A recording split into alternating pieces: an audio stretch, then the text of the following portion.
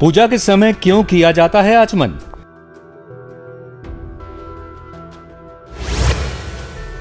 आचमन करने से क्या होता है स्वास्थ्य लाभ?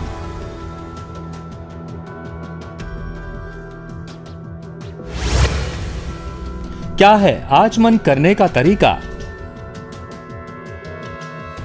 मंदिर में या घर में भगवान की पूजा और आरती के कई नियम बताए गए हैं। उनका अनुसरण हम सभी करते हैं।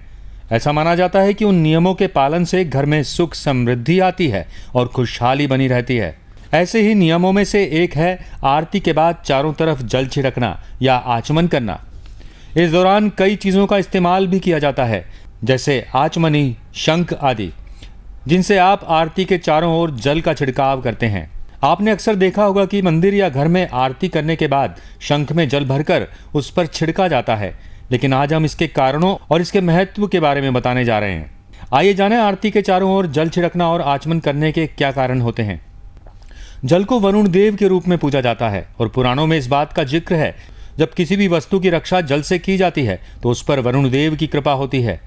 इसलिए जब भगवान के दिव्य रूप की आरती की परिक्रमा पूरी हो जाती है तब उसकी लौ और ज्यादा दिव्य हो जाती है।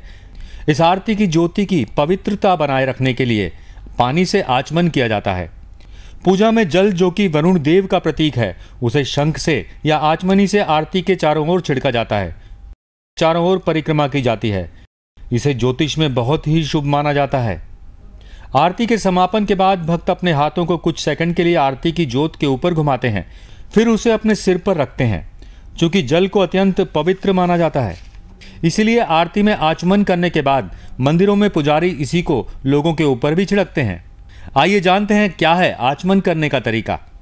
आचमन करने से पहले अंगुलियों को मिलाकर एक साथ करके पवित्र जल से बिना शब्द किए 3 बार आचमन करने से महान फल मिलता है। आचमन हमेशा 3 बार करना चाहिए। आचमन करते हुए दिशाओं का ध्यान रखना बेहद आवश्यक है। आइए जानते हैं कि आचमन का उद्देश्य क्या है। आचमन एक शुद्धिकरण प्रक्रिया है, इसीलिए यह शुरुआत और अंत दोनों में सभी वैदिक संस्कारों में किया जाता है। आचमन अर्थात मंत्रों के साथ जल का घूंट शरीर और मन के सभी रोगों को दूर करता है। आचमन सभी प्रकार के कर्मों, सद्कर्म और निष्काम कर्म का महत्वपूर्ण अंग है। धार्मिक शास्त्र के अनुसार आचमन का असाधारण महत्व है।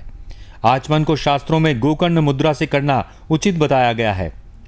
इस मुद्रा के लिए तर्जनी अंगुली को मोड़कर अंगूठे के नीचे दबाना चाहिए। इसके बाद बाकी उंगलियों अनामिका, मध्यमा, कनिष्ठिका को ऐसे जोड़ें कि गाय के कान की आकृति नजर आने लगे। आचमन के लिए ब्रह्म तीर्थ का उपयोग किया जाता है, जिसे आत्म तीर्थ भी कहा जाता है, जो कि हथेली पर कलाई के पास है। यहाँ होठों को रखकर आचमन की क्रिया को 3 बार करें। चौथी बार ब्रह्म तीर्थ से थोड़ा पानी हाथ में डालकर थाली में छोड़ें। ये प्रक्रिया आचमन कहलाती है। उपवास के समय जठराग्नि को शांत करने के लिए थोड़े थोड़े समय पश्चात आचमन की क्रिया करते रहना चाहिए। मनुस्मृति में दिए गए व्याख्यान के अनुसार सोकर उठने के बाद, भूख लगने पर, खाना खाने से पहले, छींक आने पर, असत्य बोलने पर, अध्ययन के बाद, पानी पीने के बाद आचमन अवश्य करें। भोजन के बाद किए आचमन से लार रस पेट में जाता है, जिससे पाचन क्रिया दुरुस्त होती है। तो आज की इस वीडियो में बस इतना ही। मिलते हैं अगली वीडियो में एक नए टॉपिक के साथ। तब तक के लिए नमस्कार।